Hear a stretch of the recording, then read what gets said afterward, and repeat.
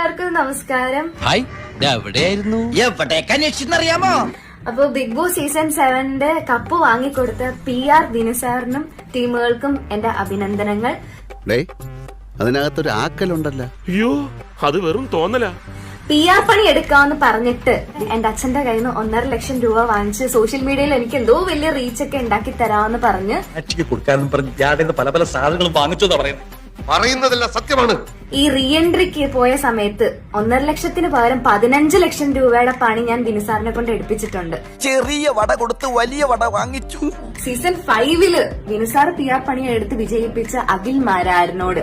ഓഹോ, അപ്പോൾ അങ്ങനെ ഒരു സംഭവം ഉണ്ടായിരുന്നല്ലേ. എന്തായാലും വിന്നർക്ക് ഞാൻ കാരണം കപ്പ് കിട്ടിയല്ലോ. കണ്ണീര് തുടച്ചിട്ട് കുറച്ചുകൂടി വിശ്വസിക്കാൻ തോന്നുന്നു.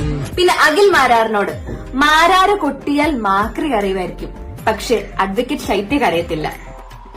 അയാൾ എന്താ പറയുന്നേ? എനിക്കറിയാം എന്തോ കാര്യമായിട്ട് പറയുന്നു. മാരാര് ഇരിക്കുന്ന തട്ട് താണേ ഇരിക്കത്തുള്ളൂ എന്ന് മാരാരും മാരാറിന്റെ ഫാൻസുകളൊക്കെ എപ്പോഴും പറയാൻ കേട്ടിട്ടുണ്ട്. അതെപ്പോ അതൊക്കെ ഉണ്ട്.